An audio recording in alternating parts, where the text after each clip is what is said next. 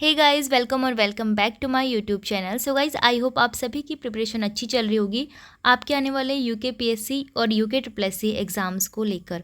तो दोस्तों, UK triple SC के द्वारा उत्तराखंड आबकारी परीक्षा कराई जानी है, जो कि हमारा लिखित एग्ज़ाम होने वाला है 100 मार्क्स का। इससे पहले हमारा जो फिज़िकल है वो हो चुका है, जो कि 60 मार्क्स का था। अब हमारे 100 मार्क्स का ये क्वेश्चन पेपर बनेगा, जिसमें 20 मार्क्स हिंदी के होंगे और 40 क्वेश्चन हमारे जीके जीएस के, साथ में 40 क्वेश्चन उत्तराखंड जीके और करंट अफेयर के होंगे। तो इस तरह से हमारा टोटल 160 का यहाँ पर पूरा मेरिट बनने वाली है। ठीक है, 160 से होगी आपकी टोटल मेरिट। तो इससे पहले हमने सामान्य हिंदी का सेट 1 देखा था। ठीक है, तो उसमें हमने 20 क्वेश्चन डिस्कस किए थे और हर क्वेश्चन से 3-4 क्वेश्चन मैंने और डिटेल में बताए थे, ताकि आपके जितने भी एक क्वेश्चन से अदर क्वेश्चन बनने की संभावना है वो यहीं पर क्लियर हो जाए। तो आपको हर क्वेश्चन के आंसर पहले से ही आपने सोच लेने हैं, ताकि सही जवाब देखने पर आपको पता चल सके आपका 20 में से कितना स्कोर बन रहा है। ठीक है, तो वीडियो थोड़ा सा डिटेल में होने वाली है, इसलिए आप ध्यान से देखना। अगर आपने सेट 1 नहीं देखा है तो उसको भी आप ज़रूर देख लेना। तो चलिए वीडियो स्टार्ट कर लेते हैं। सबसे पहला हमारा क्वेश्चन है, आज मुझे थोड़ी सी फुर्सत मिली है, रेखांकित पद में किस प्रकार का विशेषण है। तो दोस्तों, यहाँ पर रेखांकित पद है थोड़ी सी। तो थोड़ी सी में हमें बताना है कि कौन सा विशेषण होगा। हमारे पास चारों ही विशेषण के प्रकार लिखे हैं, जो कि है संख्यावाचक, सार्वनामिक, गुणवाचक और परिमाणवाचक विशेषण। ठीक है, आप अपना आंसर सोचिए और लास्ट पे मुझे बताना है कि 20 में से कितने क्वेश्चन आपके इसमें करेक्ट हो रहे हैं। तो थोड़ी सी में देखिए, यहाँ पर संख्यावाचक तो नहीं होगा, क्योंकि संख्या में आपका 10, 5, 4 इस तरह से नंबर आने चाहिए। गुणवाचक भी यहाँ पर नहीं होगा, क्योंकि गुण में हमें किसी भी वस्तु के गुण देखने को मिलता है, जैसे कि काला, गोरा, छोटा, अच्छा, मीठा, चंचल स्वभाव, गुस्सैला, ऐसे करके गुण देखने को मिलता है। सार्वनामिक में हमें यह वह इस प्रकार के जो शब्द होते हैं, जो सर्वनाम से संबंधित होते हैं, वो देखने को मिलते हैं। तो हमारा यहाँ पर बचा है परिमाणवाचक विशेषण, क्योंकि यहाँ पर थोड़ी सी लिखा है और थोड़ी सी क्या होता है, एक मात्रा होती है। तो जहाँ पर भी क्वांटिटी का जिक्र आएगा तो वहाँ पर आपका परिमाण होगा। ठीक है, परिमाण यानी कि क्वांटिटी। ठीक है, तो देखिए, जहाँ पर भी आपको 4, 10, अनेक ऐसे नंबर्स दिखेंगे वो संख्यावाचक विशेषण होगा। जहाँ पर आपको गुण से संबंधित कोई शब्द होंगे, भला, चंचल, मीठा, तो वो गुणवाचक होगा। वह, ये, कोई इस प्रकार के सार्वनामिक शब्दों में सार्वनामिक विशेषण होगा। 4 किलो, बहुत सारा, थोड़ा सा, जहाँ पर भी क्वांटिटी दिख रही होगी तो वो हमारा परिमाणवाचक विशेषण होगा। तो बढ़ते हैं हम अपने नेक्स्ट क्वेश्चन की तरफ। अगला क्वेश्चन हमारा मुहावरे से है। इसमें हमसे पूछा है कि मुहावरे के भावार्थ की दृष्टि से कौन सा विकल्प सही नहीं है। इस बात को ध्यान रखना, नहीं है पूछा है।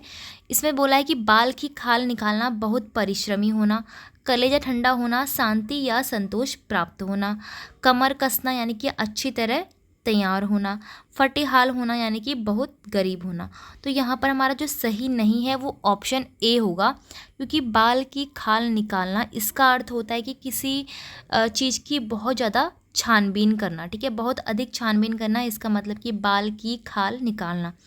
देखो, कुछ ऐसे मुहावरे हैं जो कि प्रीवियस ईयर क्वेश्चन पेपर में बहुत ज़्यादा देखने को मिले हैं। एक अनार 100 बीमार का अर्थ आपको पता ही होगा कि कम चीज़ होती है हमारे पास, लेकिन उसका उपयोग करने वाले बहुत सारे होते हैं। ठीक है, तो एक अनार 100 बीमार। फिर है, आए थे हरि भजन को ओटन लगे कपास। तो किसी काम के लिए, किसी बड़े काम के लिए आना, लेकिन फिर किसी छोटे काम में लग जाना, वहाँ पर आए थे हरि भजन को ओटन लगे कपास का यूज़ होता है। अब एक मुहावरा है, इसका अर्थ आपको मुझे कमेंट सेक्शन में बताना है। देखते हैं कितने लोगों को इसका अर्थ पता है। ये मुहावरा है, एक तंदुरुस्ती 1000 नियामत। ठीक है, फिर उसके बाद मैं आपको इसका अर्थ बता दूंगी कमेंट में ही। पहले हम देखेंगे कि कितने लोगों को एक तंदुरुस्ती 1000 नियामत का अर्थ आता है। जो मुहावरे होते हैं उनको रटा तो नहीं जा सकता, लेकिन एक एक बार रीडिंग हम कर सकते हैं जब भी हमारे पास खाली टाइम हो, या फिर हम कहीं बस में आ रहे हों, जा रहे हो, तो वहाँ पर हम मुहावरों की लिस्ट को एक बार रीड कर सकते हैं। ठीक है, उसमें ज़्यादा दिमाग लगाने की ज़रूरत नहीं है, तो एक बार रीड करके वो समझ में आ जाते हैं। फिर अगला है, एक आँख से देखना। एक आँख से देखना यानी कि एक समान नज़र से सभी को देखना या बराबरी से देखना। ठीक है, तो नेक्स्ट क्वेश्चन देख लेते हैं अब अपना। नेक्स्ट क्वेश्चन हमारे पास है, जिन ध्वनियों की गणना न स्वर में की जाती है न व्यंजन में, उसे क्या कहते हैं। ऐसी ध्वनियाँ बतानी है। ऑप्शन हमारे पास है अयुग्मा, अंतस्थ, ऊष्म या फिर आगत। तो करेक्ट आंसर क्या हो जाएगा, ऑप्शन ए, अयोगवा। अयोगवा कौन कौन सी ध्वनियाँ होती है? अंक और अह, ठीक है। अंक और अह अयोगवा ध्वनियाँ होती हैं, जिसमें कि जो अंक होता है उसको हम अनुस्वार कहते हैं और अह को हम कहते हैं विसर्ग, ठीक है। कभी कभी पूछ सकते हैं, ठीक है। अंक याद रखना, अनुस्वार बोलते हैं और अह को बोलते हैं विसर्ग। और जब भी हमें आवश्यकता पड़ती है तो हम इनका जो यूज़ है वो स्वर और व्यंजन किसी के भी साथ अपनी आवश्यकता अनुसार कर सकते हैं, ठीक है। तो इसीलिए इनकी गणना ना स्वर में की जाती है और ना ही व्यंजन में की जाती है। बाकी ऑप्शन में अंतस्थ लिखा है, अंतस्थ आपको पता ही होगा, य र ल व, ठीक है। य र ल व ये चारों ध्वनियाँ अंतस्थ व्यंजन कहलाती हैं। फिर है ऊष्म। ऊष्म भी आपको पता होगा, श श सौ और हो, ये हमारे ऊष्म व्यंजन है। आगत आपको पता ही है, जौ, जैसे जौ के नीचे जो नुक्ता लगा रहता है, फ, ये हमारी आगत ध्वनियाँ हैं, ठीक है। अगला क्वेश्चन देख लेते हैं।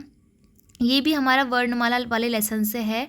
तो जो हिंदी व्याकरण है उसमें जो सबसे ज़्यादा टेक्निकल लेसन है वो यही वर्णमाला वाला है। 2 क्वेश्चन मैंने इसमें से लिए हैं। इसको आप ज़रूर देखना, क्योंकि इसमें से अच्छे क्वेश्चन बनते हैं। बहुत ज़्यादा टेक्निकल क्वेश्चन होते हैं, बिल्कुल रट्टा नहीं मार सकते आप। आपको समझ में आएगा तभी आप इनके क्वेश्चन सॉल्व कर पाएंगे, ठीक है। अब यहाँ पर हमें इससे पूछा है कि आर का विवरण है, यानी कि आर कौन से इन चारों पैरामीटर पर खरा उतरता है, ठीक है। तो देखो, वर्ड्स वर्ड्स वर्ड्स वर्ड्स सभी में वर्ड्स लिखा है, तो आपको पता होगा कि जो आर ध्वनि होती है वो लुंठित और वर्ड्स दोनों होती है, लेकिन वर्ड्स सभी में लिखा है तो इससे तो हम पता नहीं लगा सकते। बाकी जो बचे हैं उनमें देख लेते हैं। अगर आपको पता है कि जो र होता है वो य र ल व, यानी कि अंतस्थ व्यंजन होता है, ठीक है। अंतस्थ व्यंजन हमेशा अल्प प्राण होते हैं, अल्प प्राण व्यंजन होते हैं। तो यहाँ से आप पता लगा सकते हैं कि इन दोनों ऑप्शन में से कोई एक ऑप्शन इसमें सही है, ठीक है। ए या बी में से सही है। अब रॉ का अगर आप और विवरण देखें, ये भी हमारा कैंसिल हो गया, ये भी हमारा कैंसिल हो गया। अब हमारे बच्चे हैं ये।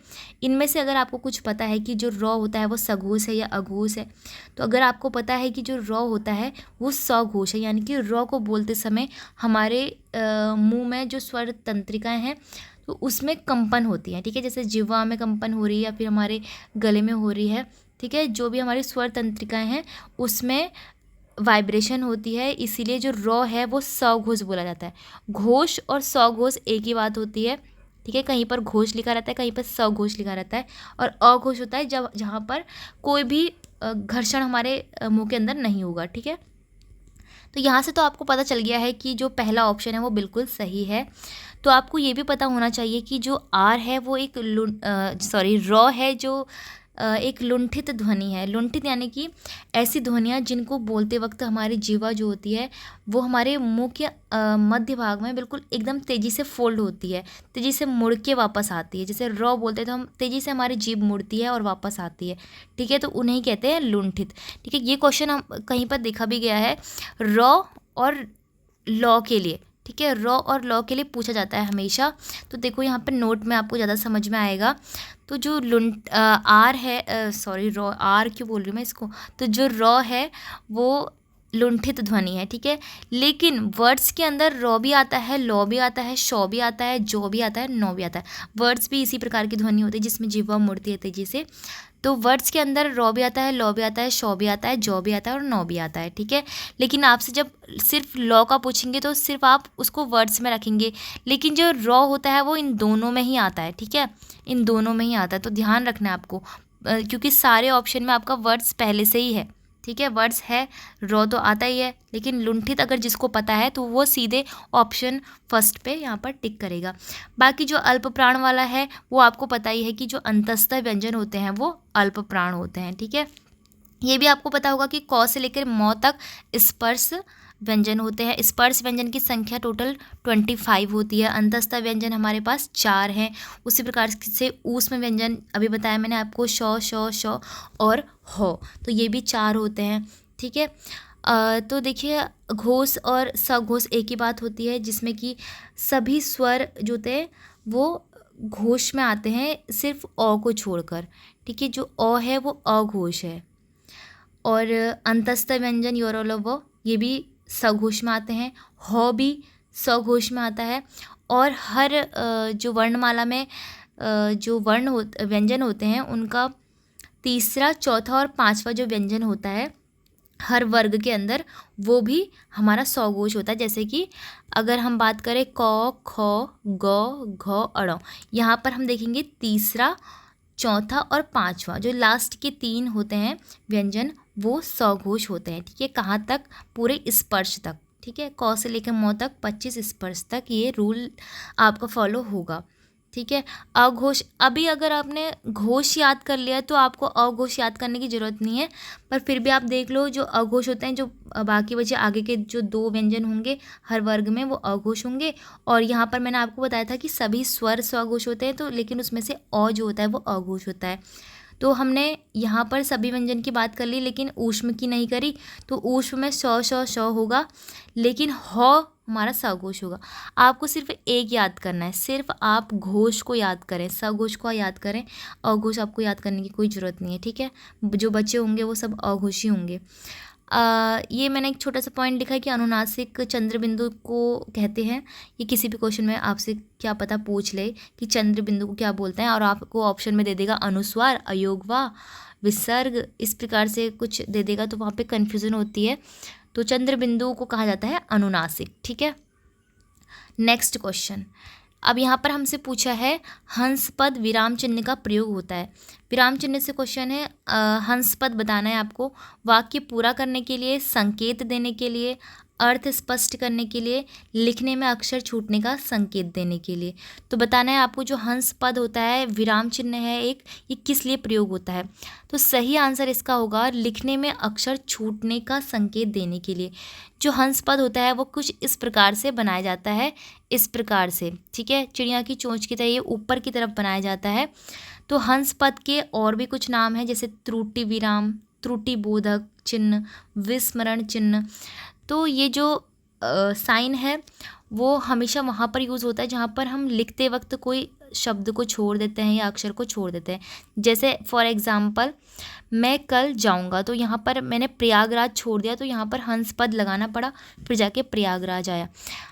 कभी कभार हम ऐसा भी करते हैं कि सेंटेंस में कुछ छूट जाता है तो हम नीचे की तरफ यहाँ पर लिख देते हैं, लेकिन ये तरीका गलत है।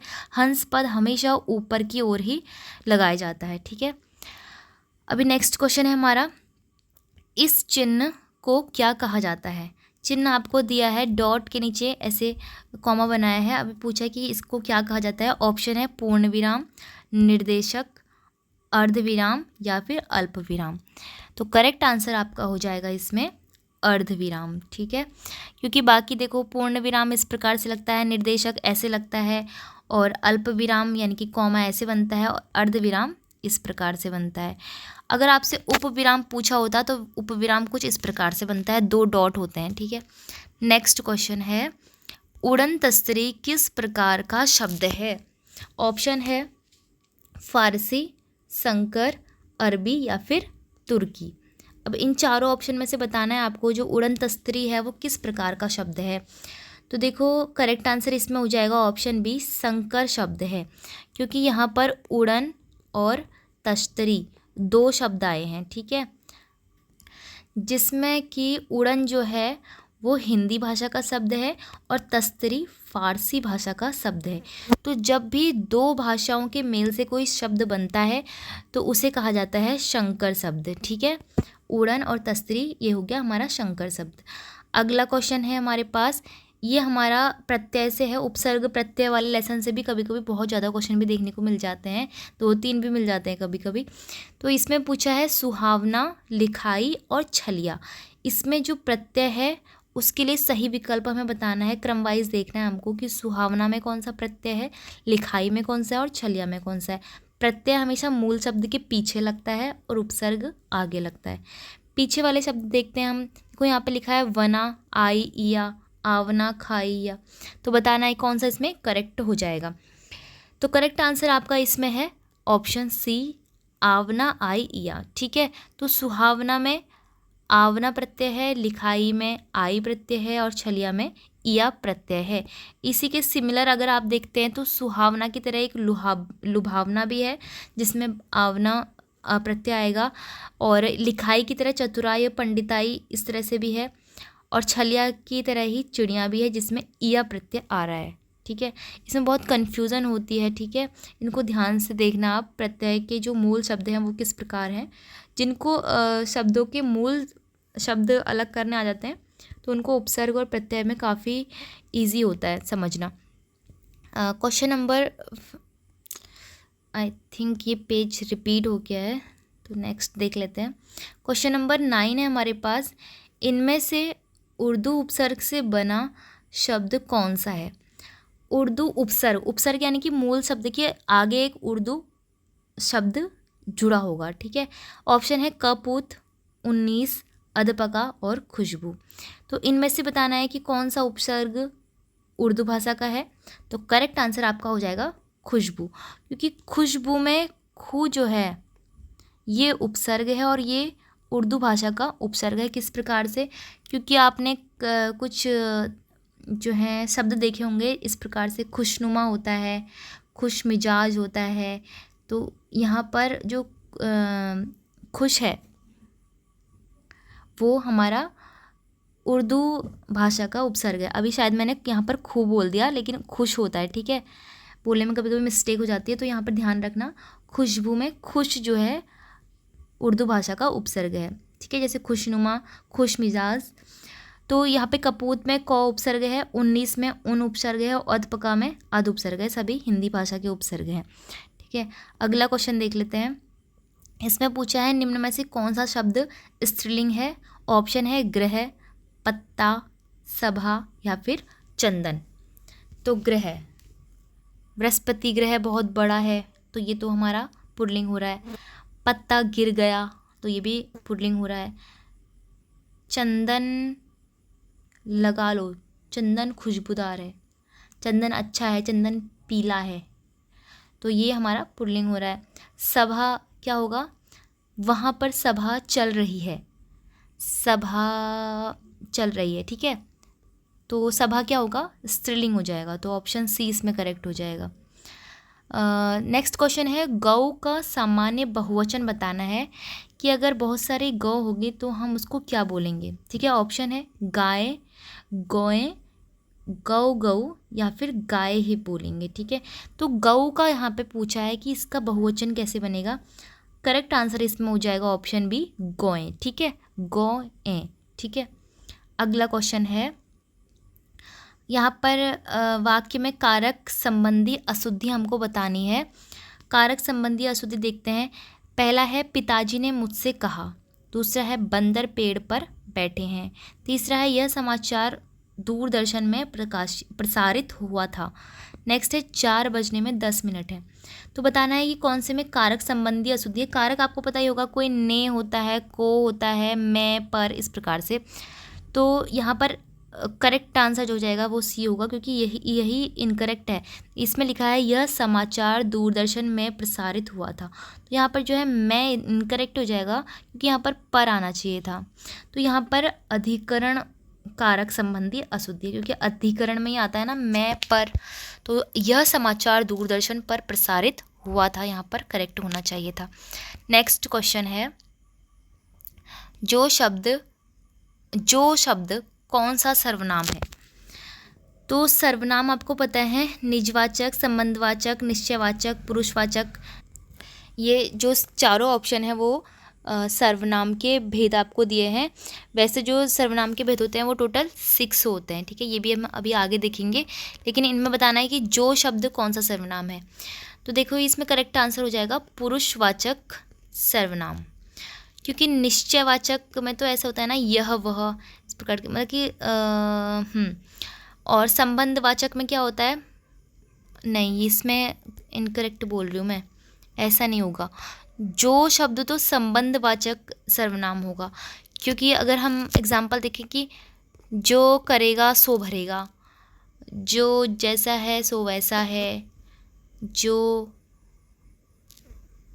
और सो का ऐसे इसमें कॉम्बिनेशन बनता है। तो जो संबंध यहाँ पर दिखता है ना कि जो करेगा सो भरेगा, तो दोनों का संबंध दिख रहा है, तो ये सर्वनाम संबंधवाचक सर्वनाम होगा।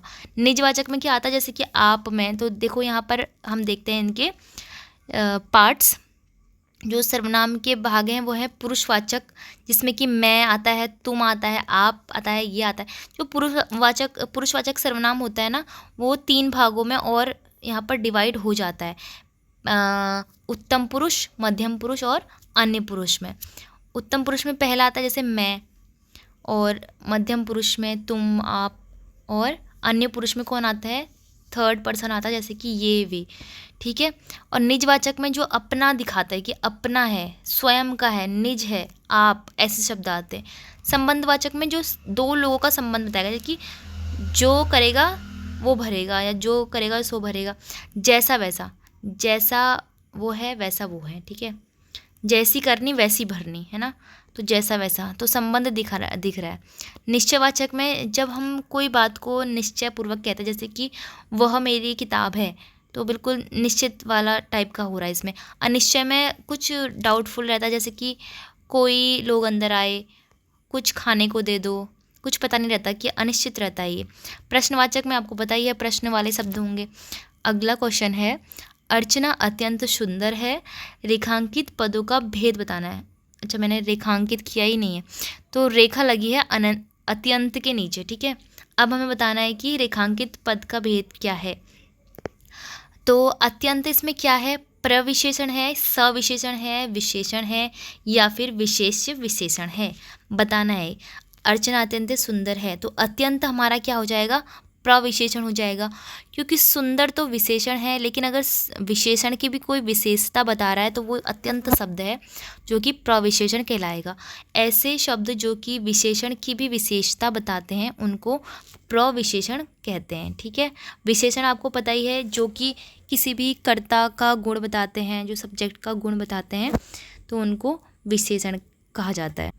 और इसमें विशेष्य भी है एक, तो विशेष्य सब्जेक्ट को कहते हैं। कोई भी जैसे सेंटेंस बोला कि मैंने अर्चना अत्यंत सुंदर है, तो इसमें विशेष्य कौन होगा, जिसके गुण बता रहे होंगे हम।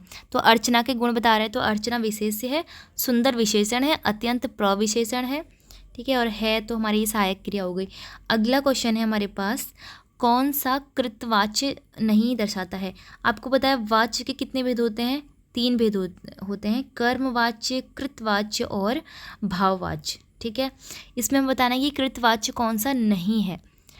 ऑप्शन है, रोशनी फल बेचती है, विनय से चला नहीं जाता, राम कपड़े सिलता है, मैं अब काम नहीं करता। तो देखो यहाँ पर रोशनी फल बेचती है, तो रोशनी कार्य कर रही है यहाँ पर। राम कपड़े सिल रहा है, मैं अब काम नहीं करता। सभी में काम का जिक्र हो रहा है, कृतवाच्य आ रहा है। ठीक है ये। लेकिन जो विनय से चला नहीं जाता, तो यहाँ पर एक भाव प्रकट हो रहा है कि अब उससे चला नहीं जाता, तो ये भाववाच्य होगा। तो इसीलिए हमारा ऑप्शन बी इसमें करेक्ट है, क्योंकि ये कृतवाच्य नहीं दर्शा रहा है। अगला क्वेश्चन हमारे पास है, वे वाक्य सरल वाक्य कहलाते हैं जिनमें, तो बताना है सरल वाक्य कौन से होते हैं, जो सिंपल से सेंटेंस होते हैं, ना ही मिश्र ना ही संयुक्त, सिंपल सेंटेंस। ऑप्शन हमें दिया गया है, पहले ऑप्शन में बोला है, एक से अधिक प्रधान वाक्य हो, एक ही उद्देश्य और एक ही विधेय हो, एक साधारण और दूसरा आश्रित उपवाक्य हो, आश्रित उपवाक्य समुच्चय बोधक अवयव से जुड़े हों। तो देखिए सरल वाक्य कौन से होते हैं, जिनमें केवल एक ही जो सब्जेक्ट होता है, एक ही ऑब्जेक्ट होता है, यानी कि एक ही उद्देश्य हो और एक ही विधेय हो, सिंपल सा कोई सेंटेंस हो, तो वो होते हैं सरल वाक्य। ठीक है। सरल वाक्य जैसे यहाँ पर लिखा है, अभय पढ़ता है, तो अभय क्या है, सब्जेक्ट है, उद्देश्य है, करता है, पढ़ता क्या है, विधेय है। ठीक है। तो ये हो गया हमारा सिंपल सेंटेंस। और सेंटेंस की जो अन्य भाग है, जैसे कि संयुक्त वाक्य और मिश्र वाक्य, उनमें से भी क्वेश्चन बनते हैं, संयुक्त और मिश्र में से क्वेश्चन बनते ही बनते हैं। ठीक है। नेक्स्ट हमसे पूछा है, अधिसूचना का प्रयोग किस क्षेत्र में नहीं किया जाता है। अब ऑप्शन दिया है, आदेश, कर्तव्य, नियम और अधिकार। तो अधिसूचना यानी कि नोटिफिकेशन, तो नोटिफिकेशन को किस क्षेत्र में नहीं यहाँ पर प्रसारित किया जाता है, बताना है। तो कर्तव्य के क्षेत्र में, हमारे जो कर्तव्य हैं उनके क्षेत्र में कभी ऐसे नोटिफिकेशन जारी नहीं होता है। ठीक है। कभी जो अगर कोई आदेश देना हो, नियम लागू हो, या फिर कोई अधिकार के बारे में है, तो उसमें अधिसूचना आती है, नोटिफिकेशन आती है। और जो है सरकारी नियम, आदेश, अधिकार, नियुक्ति के लिए या फिर पदोन्नति के लिए, अवकाश स्वीकृति के लिए। तो इस प्रकार के क्षेत्रों में अधिसूचना को प्रयोग किया जाता है और ये अन्य पुरुष की शैली में प्रयोग किया जाता है। ठीक है, अगला क्वेश्चन हमारे पास है, इनमें से कौन सी रचना ज्ञानपीठ पुरस्कार से सम्मानित नहीं है।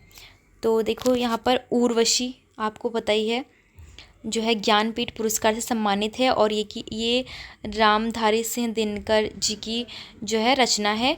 इससे पहले वाली वीडियो में हमने एक उर्वशी का जिक्र किया था, वो जयशंकर प्रसाद जी की रचना थी। तो किसी ने कमेंट में बताया था कि ये दिनकर जी की रचना है। तो आपको क्लियर होना चाहिए कि जो उर्वशी है वो 2 लोगों की रचना है, जयशंकर प्रसाद जी की भी है और दिनकर की भी है। तो रामधारी सिंह दिनकर वाली जो उर्वशी है उसको ज्ञानपीठ पुरस्कार प्राप्त है।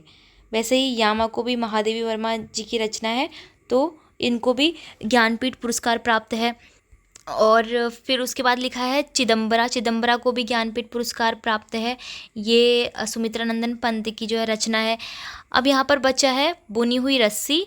तो बुनी हुई रस्सी भवानी प्रसाद मिश्र जी की रचना है, लेकिन इसको ज्ञानपीठ पुरस्कार नहीं मिला है। ठीक है, तो यहाँ पर मैंने क्रम वाइज जो है ज्ञानपीठ पुरस्कार लिखे हैं। तो पहला ज्ञानपीठ पुरस्कार है 1968 में चिदम्बरा को मिला, सुमित्रा नंदन पंत जी को।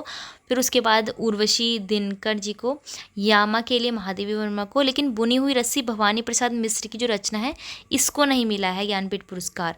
ठीक है, अगला क्वेश्चन हमारे पास है, सूरदास जी कौन से काल के संत कवि हैं। तो सूरदास जी बताना है भक्ति काल, आदिकाल, आधुनिक काल या फिर रीति काल। तो आप सभी को पता ही है ये तो कि भक्ति काल के ये संत कवि हैं। ठीक है, तो सूरदास जी के बारे में हम कुछ और भी जान लेते हैं। तो देखो, सूरसागर इनकी रचना है जिसको कृष्ण भक्ति का प्रसिद्ध काव्य कहा गया है। सूरसागर को स्त्री चरित्र का विशाल काव्य भी कहा गया है। बहुत फेमस इनकी प्रसिद्ध रचना है, कृष्ण भक्ति का प्रसिद्ध काव्य इसको बोला है और पहला प्रसिद्ध काव्य बोला है। उसी तरह से स्त्री चरित्र का भी विशाल काव्य बोला है। सूरसागर सूरदास जी की ये रचना है। साहित्य लहरी भी उनकी रचना है। सूरसावली और भ्रमर गीत ये भी इम्पोर्टेंट रचनाएं हैं उनकी। सूरदास जी को कहा जाता है श्रृंगार और वात्सल्य रस का सम्राट। ठीक है, याद रखना, श्रृंगार और वात्सल्य रस का सम्राट कहा जाता है और ये भक्ति काल के संत कवि हुए हैं। साहित्य लहरी जो इनकी रचना है वो हिंदी में काव्य शास्त्र की प्रथम पुस्तक है। ठीक है, हिंदी में जो काव्य शास्त्र है उसकी भी पहली पुस्तक है साहित्य लहरी, जो कि सूरदास द्वारा रचित है। अब आते हैं हम अपने लास्ट क्वेश्चन पर। इसमें हमसे पूछा है, हरिपद कोमल कमल से में कौन सा अलंकार है। तो हरिपद कोमल कमल से, जो हरि के पैर हैं वो कोमल है कमल के फूलों से भी। तो इसमें बताना है कौन सा अलंकार होगा।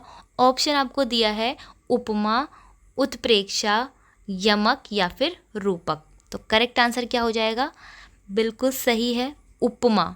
उपमा इसमें करेक्ट आंसर होगा, क्योंकि जो उपमा अलंकार होते हैं वहाँ पर किसी न किसी की दूसरी वस्तु से तुलना हो रही होती है। ठीक है, तो उपमेय की तुलना उपमान से यहाँ पर होती है, जिसमें कि जो उपमेय होता है वो ऐसे वर्ड होते हैं जिसकी हम तुलना करते हैं। ठीक है, और उपमान जो होता है जिससे तुलना की जाती है। तो उपमेय यानी कि यहाँ पर उपमेय क्या होगा, उपमेय यहाँ पर होगा हरिपद। ठीक है, हरि के जो पैर हैं वो उपमेय हैं, क्योंकि उसकी तुलना की जा रही है, लेकिन किससे की जा रही है, कमल से की जा रही है। तो कमल क्या होगा यहाँ पर, उपमान होगा। ठीक है, तो ये आपको क्लियर हो गया होगा। और बाकी जो उत्प्रेक्षा है वो आपको पता है, मानो मनहु जानो जनू, ऐसे उसमें कीवर्ड रहते हैं, तो आपको उसमें समझ में आ ही जाता है। बाकी भी आपको ये जो रूपक होता है वो निषेध रहित तुलना होती है उसमें। ठीक है, और यमक का भी आपको पता है, अर्थ के आधार पर यहाँ पर देख लेते हो आप। ठीक है, तो ये हमारी वीडियो कंप्लीट होती है। और इस वीडियो में मैंने आपसे एक क्वेश्चन भी पूछा है, मुहावरे से संबंधित है जो, वो उसका आंसर भी आपको कमेंट में बताना है और आपको बताना है कि 20 में से आपके कितने मार्क्स आ रहे हैं। और इस तरह की आबकारी परीक्षा के लिए हिंदी के प्रैक्टिस सेट आपके लिए बहुत ज़्यादा हेल्पफुल होने वाले हैं। अगर आपको उत्तराखंड जीके या फिर जीके जीएस के जो मेरे क्वेश्चन हैं उनके प्रैक्टिस सेट भी अगर आपको चाहिए तो प्लीज़ आप कमेंट सेक्शन में ज़रूर बताना। और इसी तरह की और वीडियोस आपको देखने को मिल जाएगी। ठीक है, इसकी PDF भी आपको मिल जाएगी। अगर आपको चाहिए तो टेलीग्राम ग्रुप में आप ज्वाइन कर सकते हैं। कमेंट में मैं लिंक दे दूँगी, तो आप वहाँ से ज्वाइन कर लेना, वरना आप सर्च कर लेना टेलीग्राम पर, भाविनी पांडे के नाम से चैनल होगा, ठीक है। सो अगर वीडियो पसंद आई तो वीडियो को लाइक शेयर और चैनल को सब्सक्राइब ज़रूर करना।